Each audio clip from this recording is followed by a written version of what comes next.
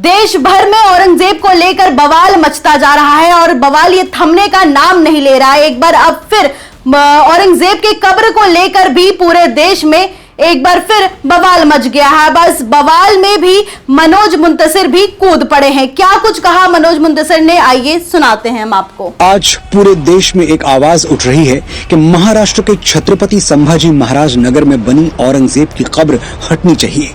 मैं इस मांग के खिलाफ हूँ। औरंगजेब की कब्र नहीं हटनी चाहिए, कभी नहीं हटनी चाहिए। क्यों? अगले 30 सेकंड मुझे ध्यान से सुनिए, जवाब मिल जाएगा। जब हम हिंदू श्री राम जन्मभूमि की लड़ाई कोर्ट में लड़ रहे थे तो शांतिप्रिय समाज के कुछ लोग हमें ज्ञान देते थे, भगवान तो कणकण में है, फिर श्री राम मंदिर बनाने की जरूरत क्या है? इस जमीन पर कोई अस्पताल, कोई स्कूल, कोई अनाथालय बनवा दो। मैं भी भारत सरकार से विनती करता हूं, औरंगजेब की कब्र हटाने की जरूरत क्या है, उसके ऊपर शौचालय बनवा दो।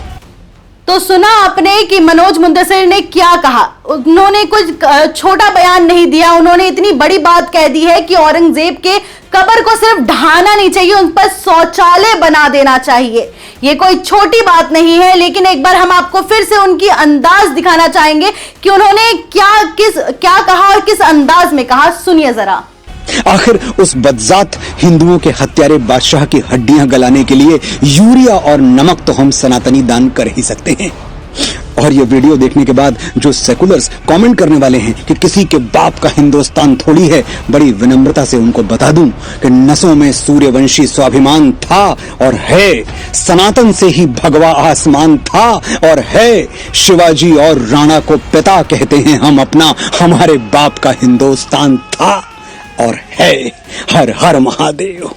अब इस पूरे मामले में ज्यादा जानकारी के लिए हमारे साथ मौजूद है हमारे सहयोगी नीरज जी। नीरज जी, आपका बहुत स्वागत है। क्या है पूरा मामला, क्या कुछ कहा है उन्होंने? देखिए, एक बड़ा बयान मनोज मुंतशिर ने दिया है और मनोज मुंतशिर अकेले नहीं है जो इस तरह का बयान दे रहे हैं। आपने अभी बयान सुनवाया मनोज मुंतशिर का, और मनोज मुंतशिर ने साफ साफ कहा कि औरंगजेब की कब्र को हटाने की जगह पर उसके ऊपर शौचालय बना देना चाहिए। एक बड़ा, और इसको यूं कहें कि जो औरंगजेब को लेकर के जो विवाद था उसमें ये जो बयान है वो आग में घी का काम कर सकता है। बड़ा बयान दिया है। आपको बता दें कि एक दिन पहले ही महाराष्ट्र के जो मुख्यमंत्री हैं देवेंद्र फडणवीस, उन्होंने भी इस तरह का एक बयान दिया था और उन्होंने कहा था कि सरकार चाहती है कि औरंगजेब के जो कब्र है उसको हटा दिया जाए। लेकिन चूंकि एक परेशानी वहां पर यह है, जो खुद फडणवीस ने बताया कि वो एएसआई प्रोटेक्टेड कब्र है, मतलब कि कांग्रेस की सरकार ने उसको एएसआई के हवाले किया था। और एएसआई क्या है? भारतीय पुरातत्व विभाग जो है उसका देख रेख करती है, उसके देखभाल का काम करती है और उसके लिए बाकायदा एक फंड भी जारी किया जा चुका है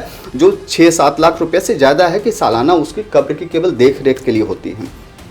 दरअसल जब से छावा मूवी आया है तब से औरंगजेब विवाद जो है बढ़ गया है और छावा मूवी के बाद से ही इस विवाद ने तूल पकड़ा, तरह तरह के बयान सामने आए। और सबसे पहला बयान जो है महाराष्ट्र के जो समाजवादी पार्टी के विधायक हैं अबू आजमी ने इसको लेकर के औरंगजेब की महिमा मंडन किया था और जिसको लेकर के महाराष्ट्र में बहुत बड़ा बवाल मचा, विवाद हुआ। और उसके बाद अबू आजमी को महाराष्ट्र विधानसभा का जो मौजूदा सत्र है, जो बजट सत्र वहां पर चल रहा है, वहां से उनको निलंबित भी कर दिया गया पूरे सत्र के लिए। जी, तो ये एक बहुत बड़ा सवाल बनता है कि कुछ लोग इसके विरोध में भी है तो कुछ लोग इसके पक्ष में भी है। तो जैसे हमने मुनव्वर राणा की भी कुछ दिन पहले बयान सामने आया था कि औरंगजेब इतना बुरा शासनकाल भी नहीं था उनका। मुनव्वर राणा के बेटे का वो बयान आपने सुनवाया था।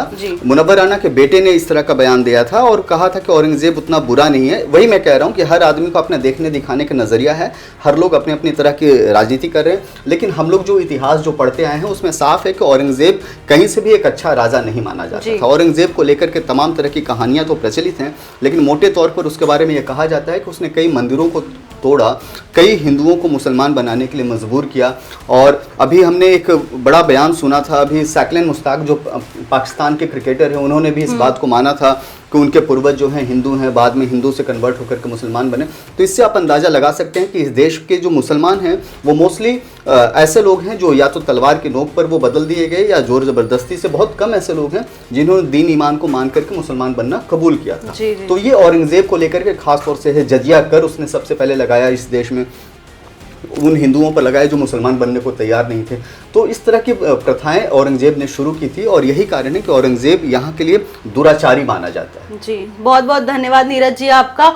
औरंगजेब मामले में लगी ये आग, देखना ये होगा कि अब ये आग कितनी दूर तक फैलती है। और हमारे साथ बने रहिए इस पे ज्यादा अपडेट के लिए। धन्यवाद।